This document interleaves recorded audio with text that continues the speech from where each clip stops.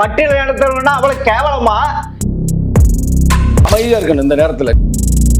உங்களை மாதிரி குடும்பக்காரங்க இருக்கிறாங்களே உலகத்தில், அட சாமிகளா. உங்களுடைய ஓட் பேங்க் யாரு?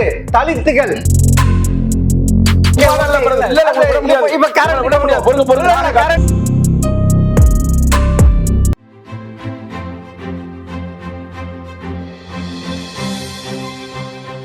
ஜெம் டிவி நேயர்களுக்கு வணக்கம். அரசியல் ஆடுகளம் பகுதி பிசிக சேர்ந்த சங்க தமிழர் சந்திப்பவர். வணக்கம் சார்.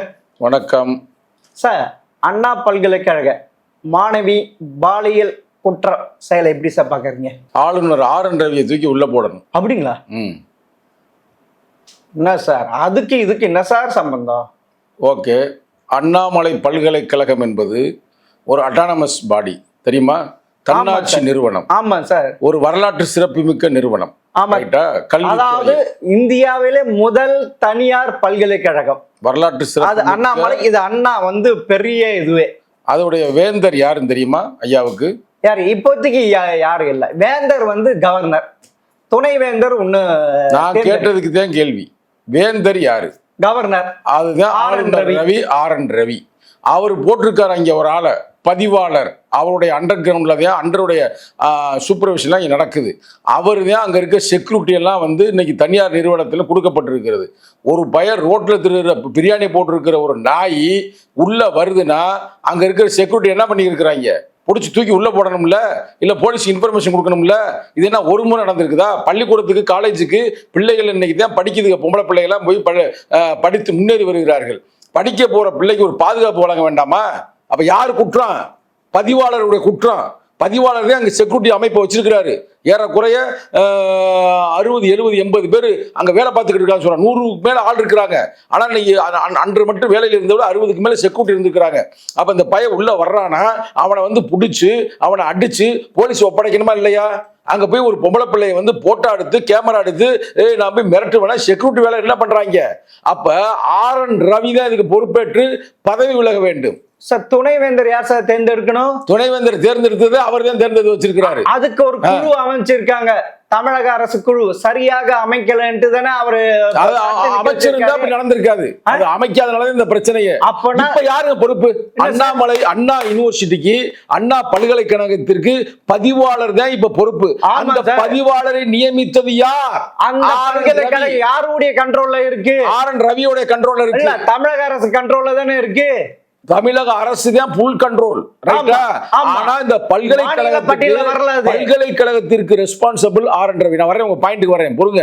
ஒரு பொம்பளை பிள்ளை படிக்க வச்சாங்கன்னா அது பெண்ணில் போய் ஒரு சக மாணவனோட ஒரு கருத்து பரிமாற்றம் பண்ணி கொண்டிருக்கிற காலகட்டத்தில் அந்த பிள்ளையை போய் ஒரு போட்டோவை எடுத்து அது பண்ணி கொடுமையா பண்ணிருக்கிறாங்களாம். அது எஃப்ஐஆர் காப்பி வேற வெளியில அந்த பிள்ளைய என்னென்னமோ பண்ணிருக்காங்க. அந்த எஃப்ஐஆர் காப்பி யாரு? சரி, இது ரைட் சார்.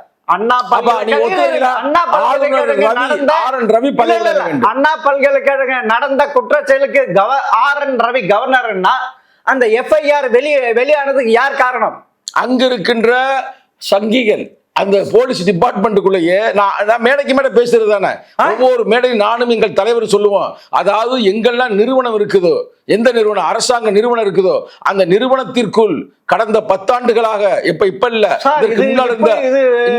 அண்ணா திராவிட முன்னேற்ற கழகம் உண்மையை சொல்லுகிறேன். எஃப்ஐஆர் காப்பி எப்படி வெளியே போச்சு?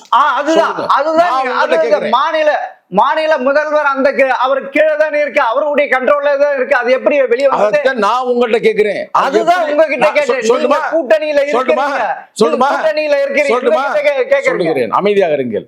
அந்த பேப்பர் வெளியே போனதுக்கு காரணமே, அதாவது நீங்க இன்னைக்கு நிர்வாக இருக்கு பார்த்தீங்களா, நிர்வாகத்துக்குள்ள நிறைய பழைய 10 ஆண்டுகள் இருந்தாங்க பார்த்தீங்கன்னா. அண்ணா திராவிட முன்னேற்ற கழகத்தில் பெரிய பெரிய பதவிக்கு ஐஏஎஸ் ஆஃபீஸர், ஐபிஎஸ் ஆஃபீஸர், பெரிய பதவி யார் போயிருக்கா தெரியுமில்ல? சங்கி குறுப்புகளே போயிருக்கிறாங்க நிர்வாகத்துக்குள்ள. 2 வகையான ஆட்சி அதிகாரம் இருக்கு.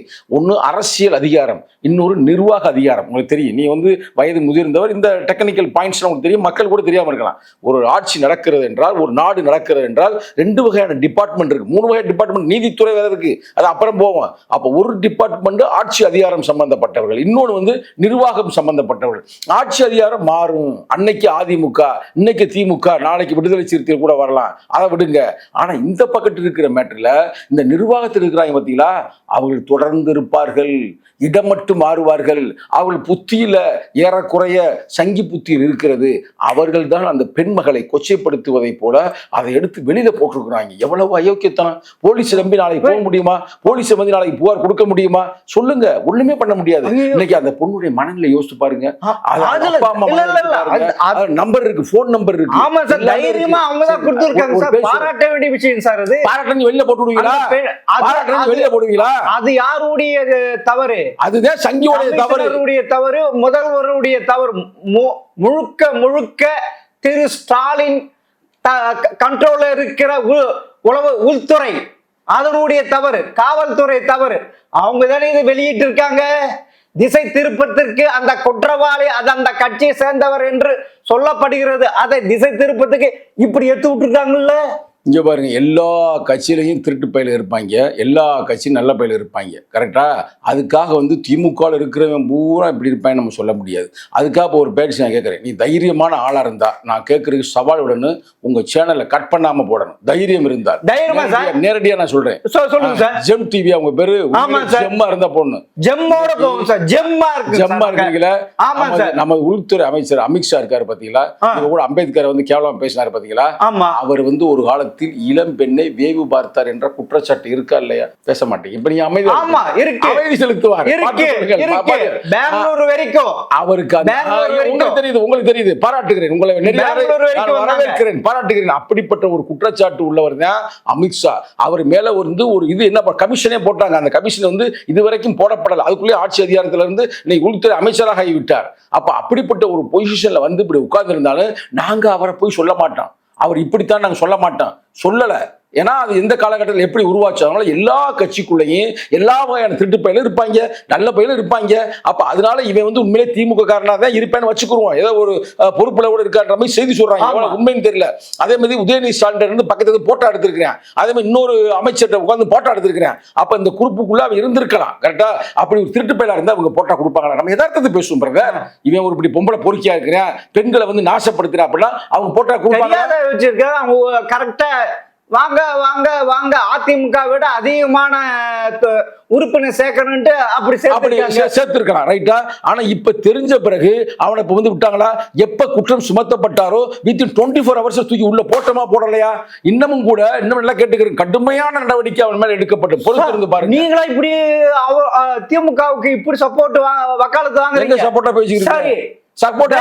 என்னாச்சு? தண்ணீர் தொட்டியில மலம் கலந்த இது வரைக்கும் கண்டுபிடிச்சாங்களா? Within 24 hours கண்டுபிடிச்சாங்களா? இது ஏன் சார் சொல்லுங்க சார். உங்க இதுதானே பட்டியல் இனத்தவர் தானே.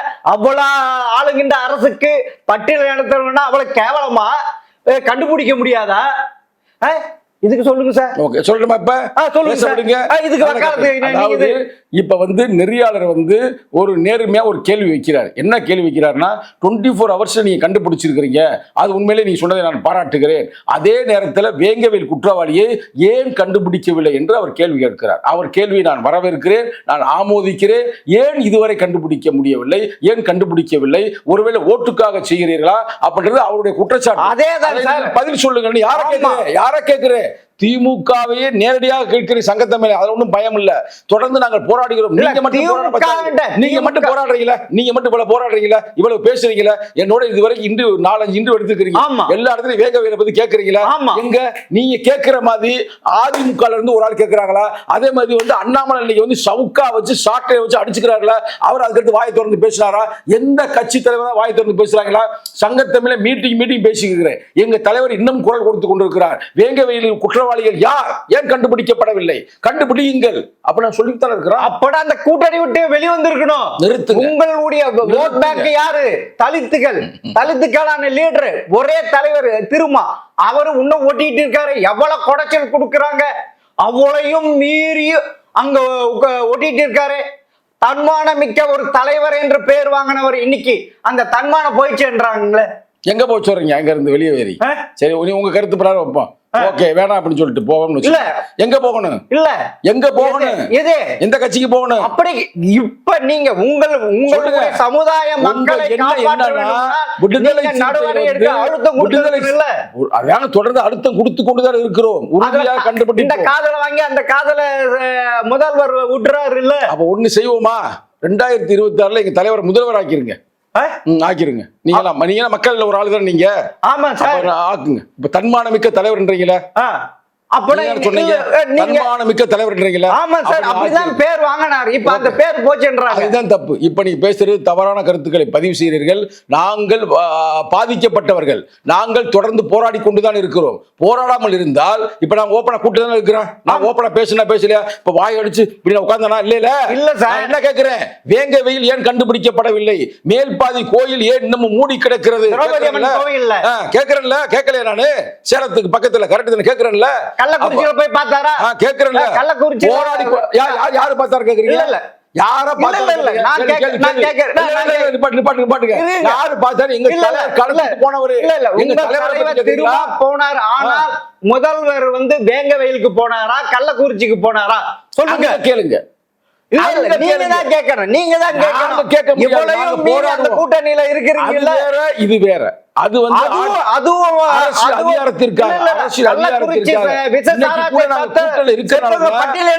அதிகம் கூட்டணி இருப்பதனால்தான் நான் தைரியமா பேசிக்கிறேன். மக்களுக்காக குரல் கொடுத்து கொண்டிருக்கிறேன். ஒரு வேங்கவேலோடு நிக்க வச்சிருக்கிறேன். இதுக்கு அடுத்து வேங்கவேல் எதுவும் வரக்கூடாதுன்னு நாங்கள் போராடி கொண்டிருக்கிறோம். இதே நாங்க கூட்டம் இல்லாம ரோட்ல போய் நின்றோம்னா எங்க மக்களுக்காக போராட முடியுமா? எங்க மக்களுக்கான விடுதலை போராட முடியாதா? போராட முடியுமா? சொல்லட்டுமா? உங்களுக்கு தைரியம் இருந்தா திருப்பி நான் கேட்கிறேன். நான் உண்மையிலே நான் சேம் சைடு கோல் போறேன்னு கூட நீங்க நினைக்கலாம். இப்ப எங்க கட்சி வளர்ந்ததுக்கு மெயினான காரணம் மேலாவளவு. தெரியுமா? மேலாவளவு சின்னகரம்பட்டி. மேலாவளவுல செத்து போன பிறகு அங்க போறதுக்கு பணத்தை தூக்கிட்டு போறதுக்கு பாதை இல்லை. ஆமா, பாதை இல்லைங்க. இப்பயும் இல்ல சார். நிறைய கிராமத்துல தனியே இருக்கு சார், தனி சுடுகாடு. நீங்க ஏங்க கத்தி கத்தி பேசுறீங்க? நான் வழியில பேசிக்கிறீங்க, உங்களுக்கு நாடகமா இருக்கா? அதுக்காக நான் 5 முறை கலெக்டர் பேசுறேன் சார். 5 முறை பார்த்திருக்கிறேன். எங்க தலைவர் போன்லயே பேசிருக்காரு கலெக்டர். இது வரைக்கும் பாதை இல்ல. பாதை இல்லைங்க. அப்பனா அது யாரு பாலத்தை விட மாட்டாங்க. யாரு செஞ்சு கொடுக்கணும்?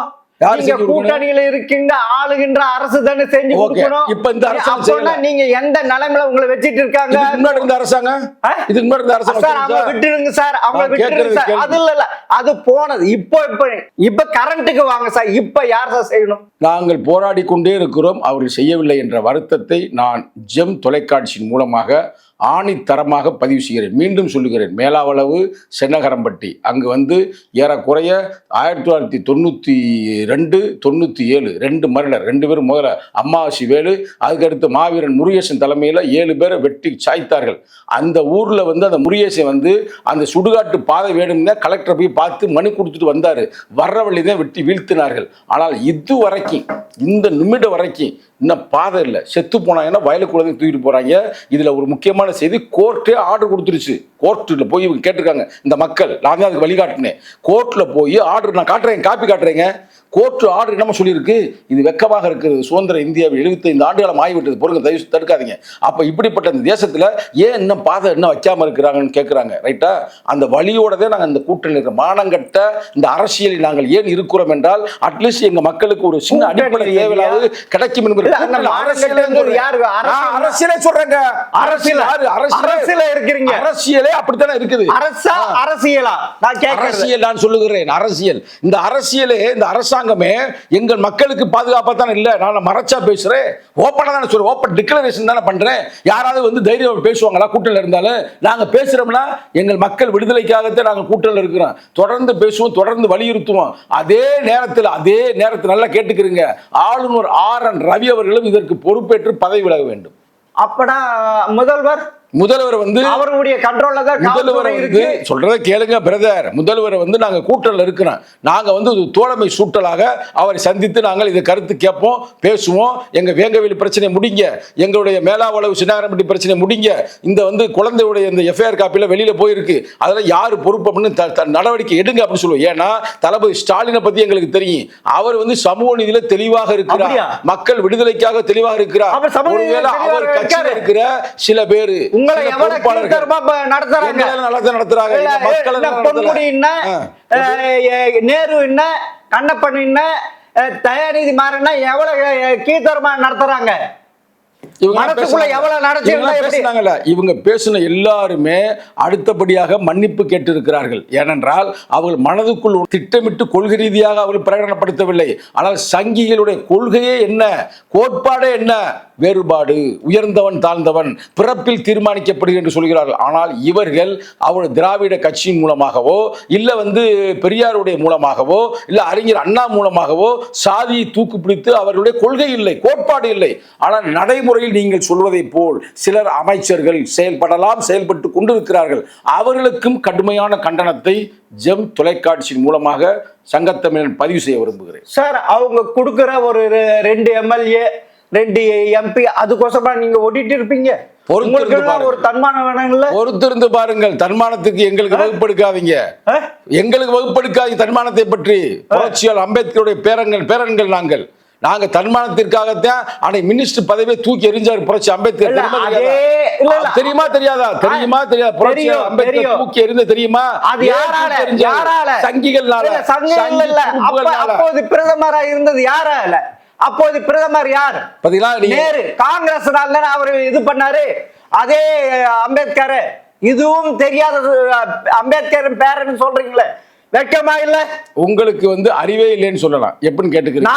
உங்களுக்கு தெரியலையே, அது வரலாறு தெரியல. வரலாறு சொல்லட்டுமா? இப்ப அமைதியா இருக்கிறீங்களா? உங்களுக்கு அறிவு இல்லை. 1949 நான் சொல்றேன், வரலாறு சொல்றேன். மை டியர் ஃப்ரெண்ட், எங்களுக்கு எல்லா வரலாறும் தெரிஞ்சவங்க. புரட்சியாளர் அம்பேத்கர் அமைச்சரவையில் இருக்கும் பொழுது இந்து மசோதா பில்லை அவர் நிறைவேற்ற விரும்புகிறார். பெண்களுக்கு சொத்தில் சம பங்கு வேண்டும், பெண்கள் உரிமைக்காக வேண்டும் என்று.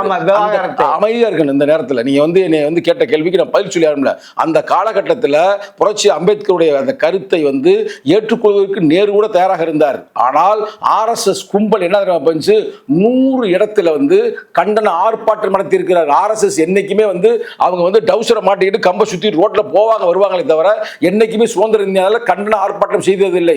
புரட்சி அம்பேத்கருடைய உருவமை டெல்லியில் எரித்தார்கள், 50 இடத்தில் செய்தார்கள். புரட்சி அம்பேத்கரை கொலை செய்வதற்கு திட்டமிட்டார்கள், அது ரெக்கார்டு இருக்குது. அவ்வளவு செஞ்ச பிறகு நேருக்கு நெருக்கடி கொடுக்கிறார்கள். நீங்க இதுக்கு ஏற்றுக்கொண்டீங்களா பிரச்சனை வரும் என்று.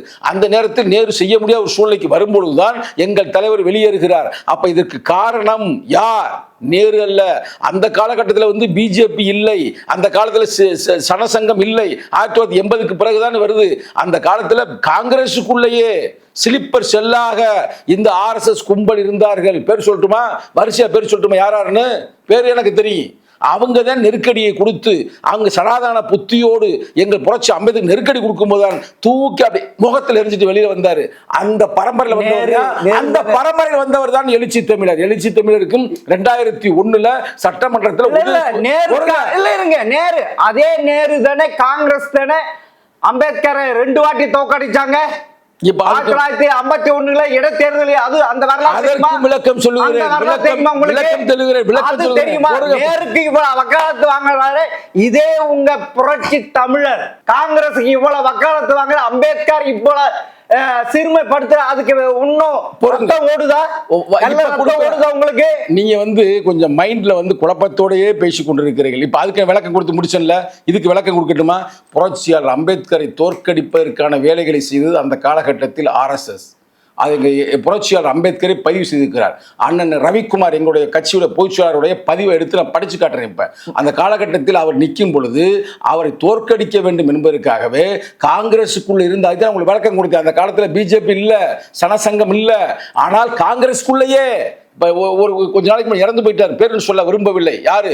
இந்தியாவுடைய ஜனாதிபதியாக இருந்தவர். யாரு? உயரம் கொட்டையா இருப்பாரு. யாருன்னு உங்களுக்கு தெரியும். மக்களுக்கு குட்டையா இருப்பாரு, உயரம் அதிகமா இருக்காது. அவர் ஈழத்திற்கு கூட ரொம்ப எதிர்ப்பாக செயல்பட்டார். அவர்லாம் ஒரு காலத்துல RSSல ட்ரைனிங் எடுத்தவர். ஆனா எந்த கட்சி? காங்கிரஸ். இன்னைக்கு பெரிய சிலை, உலகத்திலேயே பெரிய சிலை வச்சிருக்காங்க. யாரு? இரும்பு மனிதர். யாருங்க? யாரு? நீங்க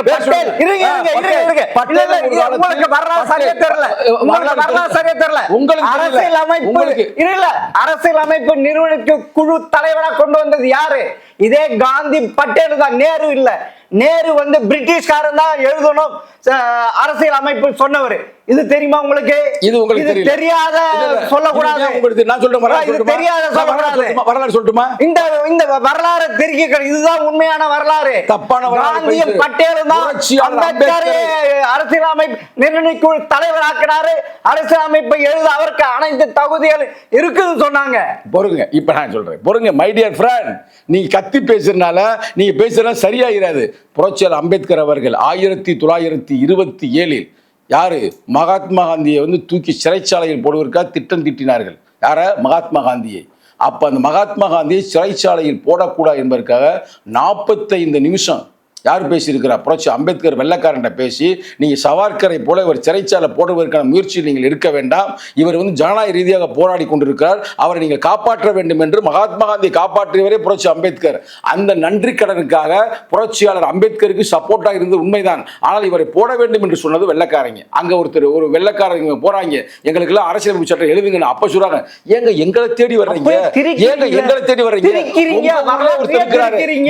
இதுதான் உண்மை வரலாறு. படிக்கிற புக்கோ எடுத்து காட்டணுமா? இப்ப எடுத்து காட்டணுமா? நான் புக்கு வச்சிருக்கிறேன், ரைட்டா?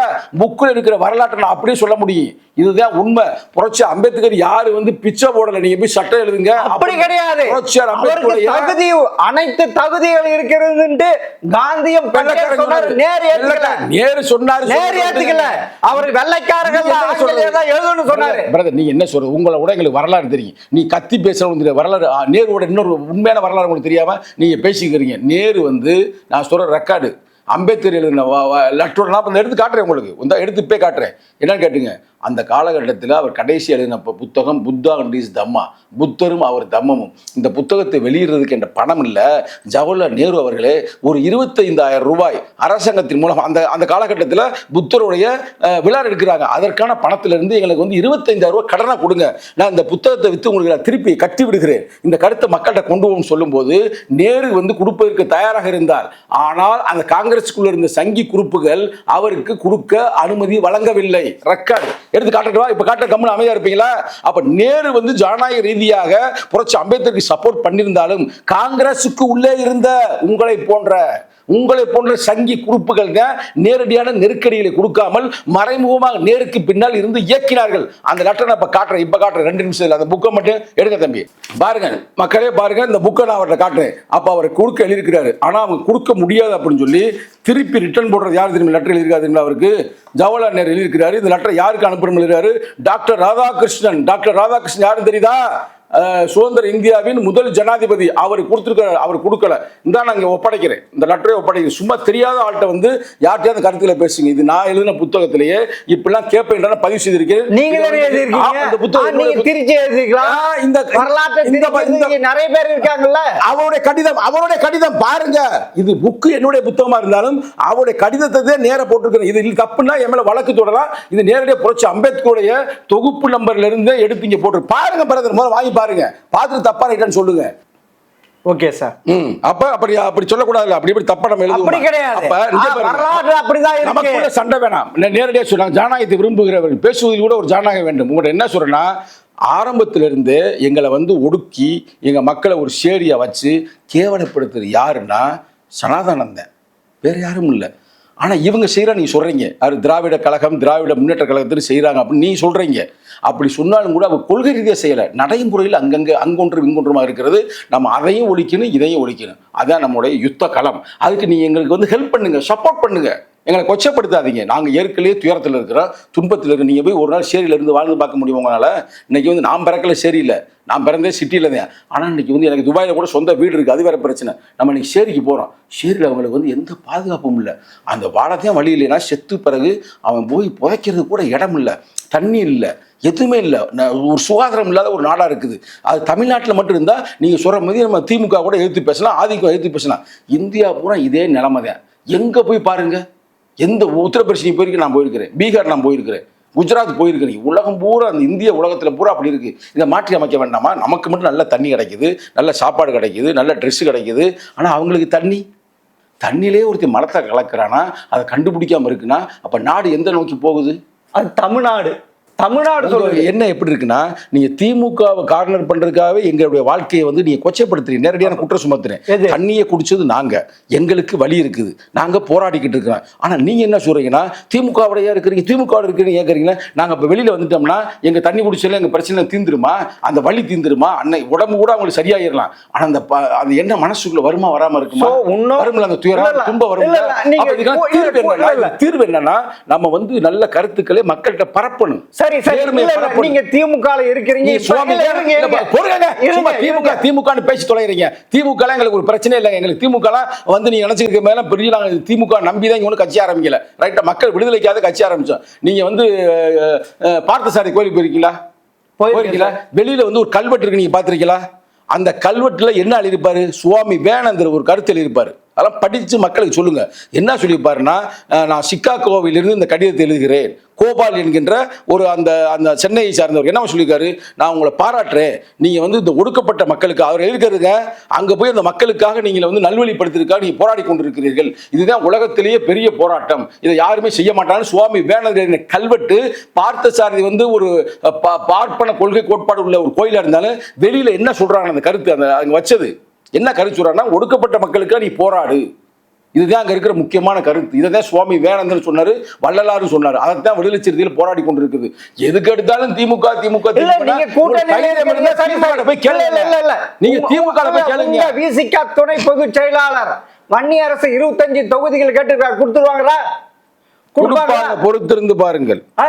கொடுப்பார்கள், கொடுப்பாங்க. ஆமா ஆமா. எவ்வளவு பர்சன்டேஜ் வச்சிருக்கீங்க? எவ்வளவு பர்சன்டேஜ் வச்சிருக்கீங்க? ஓட்டுக்கு 20 சீட்டு கேட்டா எத்தனை பெர்சன்டேஜ் நக்கல் பண்றது. அதே மாதிரி நாங்க 6 சீட்டு வாங்கினா ஏன் 20 சீட்டு வாங்கலன்னு கேட்கறது. உங்களை மாதிரி குடும்பக்காரங்க இருக்கிறாங்களே உலகத்தில், அட சாமிகளா, பெரும் பிரச்சனைப்பா. ஆனா நீ நினைக்கிற மாதிரி நாங்கள் இல்லாமல் யாரும் ஆட்சி அதிகாரத்தை கைப்பற்ற முடியாது. நாங்க இத்தனை ஓட்டு தான் நாங்க தனியா நாங்க காட்டல. நாங்கள் சொல்றேன், 25 விழுக்காடு ஓட்டு விடுதலை சிறுத்தைகள் ஓட்டு தமிழ்நாட்டில் இருக்கிறது. ஆல் ஓவர் இந்தியாவில் தலித் ஓட்டு 25 விழுக்காடு இருக்குது. நாங்க தான் டிசைடிங் அத்தாரிட்டி. ஒருத்தனை சேர்ல போய் உட்கார்றது, சேர்ல இருந்து கவுக்கிறது யாரானா தலித் ஓட்டு தான். எழுதி வச்சுங்க வெள்ளை பேப்பர். அதாவது இதுக்கு முன்ன பிஎம்கே இருந்தது, விஜயகாந்த் இருக்கு, அந்த இடத்துல இப்ப விசிக வந்திருக்கு. சூப்பரா சூப்பரா சொன்னீங்க. இப்பதான் கரெக்டா பேசுறீங்க, இப்பதான் கரெக்டா பேசுறீங்க. சரி, இதுவே ஆதவ அர்ஜுனா என்ன கேட்ட, ஆட்சியிலும் அதிகாரத்திலும் பங்கு வேண்டும்ட்டு வருகின்ற சட்டமன்ற 2026 தேர்தலில் உங்களால கேட்க முடியுமா? நீங்க உடனே இன்னும் 12 மாசம் தான் இருக்கு தேர்தலுக்கு, உங்களால கேட்க முடியுமா? நிச்சயமாக. அதாவது நீங்க கேட்பீங்களா? இப்ப இருந்தே கேட்டாதான் அவங்க காதுல விழும். 99ல நாங்கள் வைத்த முழக்கம் தான் ஆட்சியிலும் பங்கு, அதிகாரத்திலும் பங்கு. அப்படி கொடுக்கலன்னா கடைசி மனிதனுக்கும் ஜனநாயகம், எளிய மக்களுக்கும் அதிகாரம்ன்றது. அதனால வருகின்ற தேர்தலில் நிச்சயமாக விடுதலை சிறுத்தைகள் கட்சியுடைய இளைஞரணி இளஞ்சிறுத்தை எழுச்சி பாசறை வலியுறுத்துகிறது. வலியுறுத்துகிறது. அக்ரிமெண்ட்ல உடன்பாடு, தொகுதி உடன்பாடுல இதெல்லாம் இந்த இந்த இந்த கண்டிஷன்ல போட மாட்டீங்க. பொறுத்திருந்து பாருங்கள். ஆட்சியிலும் அதிகாரத்திலும் பொறுத்திருந்து பாருங்கள் அன்பு நெறியாளர் அவர்களே. நிச்சயமாக அதெல்லாம் வந்து நடக்கக்கூடிய ஒரு சூழ்நிலை உருவாகி கொண்டிருக்கிறது. அதனால்தான் இப்பயே திரும்ப வந்து அதிமுக வந்து பிஜேபிக்கு பக்கம் போக கூடாது என்று சொல்லியிருக்காரா? அதனாலனா அப்படி திமுக நீங்க எதிர்பார்க்கறது கொடுக்கலன்னா இந்த பக்கம் வந்தலான்ட்டு அப்படி ஒரு ஐடியா இருக்கா? இதற்கெல்லாம் இன்னும் 10 மாசம் இருக்குது. 10 மாசம் 12 மாசம் இருக்குது. அதற்கு முன்னாலும் கருத்து சொல்வதற்கான அதிகாரம் எங்களுக்கு வழங்கப்படவில்லை. தேர்தல் நெருங்கும் பொழுது வாருங்கள், உங்களுக்கு அனைத்து பதிலும் சொல்லப்படும். இதுவே கட்டாயம் நீங்க 2026 உண்மையிலே இந்த திமுக கூட்டணி தான் வெற்றி பெறும்ட்டு நீங்க முடிவா சொல்றீங்க. எங்கள் தலைவர் அதைத்தான் சொல்லுகிறார், சங்கத்தமிழும் அதைத்தான் சொல்ல விரும்பும். அதே கூட்டணி தான் இருப்பீங்கன்னு உறுதியா சொல்ல முடியுமா? 2026 சட்டமன்ற தேர்தலில் பொறுத்திருந்து பார்ப்போம். காலம் வலிமையானது, காலம் அனைத்தையும் தீர்மானிக்கிற சக்தி படைத்தது. அப்பனா உறுதியாக இல்லை, உறுதியாக எதையும் இப்பொழுது சொல்ல முடியாது எதுவுமே. அதாவது கடிகாரத்தில் அந்த முள்ளு இந்த பக்கம் அந்த பக்கம் ஆடி அதே மாதிரி இருக்கீங்க. சொல்ற தப்பாட்டுக்காக நெறியாளரே, அடுத்த நாளைக்கு நீ இருப்பீங்களா நான் இருப்பேனா இது இல்லை. கரெக்டாக இல்லையா? தூங்குகிற மூச்சு சுழி மாதிரி போனாலும் போச்சு. அதனால் நம்ம இவ்வளவு திட்டம்லாம் ஃபோர்காஸ்ட்டு பண்ண முடியாது. இப்போ நாங்கள் சொல்லியிருக்க திட்டம் என்னன்னா 2026 விடுதலை சிறுத்தைகள் திமுக கூட்டணி இருக்கும். நிச்சயமாக நல்ல ஒரு கூட்டணியில் நாங்கள் வெற்றி பெறுவோம், நல்ல சீட்டுகளை வாங்கி இப்போ நாங்கள் அந்த நினைப்பில் இருக்கிறோம். கரெக்டாக. ஆனால் அடுத்து என்ன நடக்கும்ன்றது உங்களாலும் தீர்மானிக்க முடியாது, என்னாலும் தீர்மானிக்க முடியாது, மு.க. ஸ்டாலின் தமிழக முதல் தலைவர் ஸ்டாலின் தீர்மானிக்க முடியாது, எழுச்சி தமிழ் தீர்மானிக்க முடியாது. இதற்கு எல்லாத்துக்கும் பெரிய சக்தி காலம், இயற்கை. அதுதான் எல்லாத்தையும் தீர்மானிக்கும். பொறுத்திருந்து பாருங்க. ஆட்சியில் அதிகாரத்தில் இருப்பீங்க, அதுல எந்த மாற்று கருத்து இன்னைக்கு இல்லை. ஒரு நாள் அதற்கான ஒரு நாள் இல்ல. தலைவருக்கு வயசு ஆயிடுச்சுங்க, எபோ 64. கரெக்டா? அப்ப இந்த நேரத்தில் ஒரு அட்லீஸ்ட் நம்ம ஒரு துணை முதல்வர் ஆனா தானே அடுத்து வந்து 31 ஒரு முதல்வராக முடியும். அதுக்கான காலங்கள் நெருங்கி கொண்டிருக்கிறது. அதுல மாற்று கருத்து இல்லை. பாசிட்டிவ் அப்ரோச், பாசிட்டிவா திங்க் பண்ணுங்க. ஏன் நீங்க தேவையில்லாம குழப்புறீங்க? உண்மையிலே இது ஈடேற ஜெம் டிவி சார்பாக வாழ்த்துக்கள் சார். நன்றி, வணக்கம்.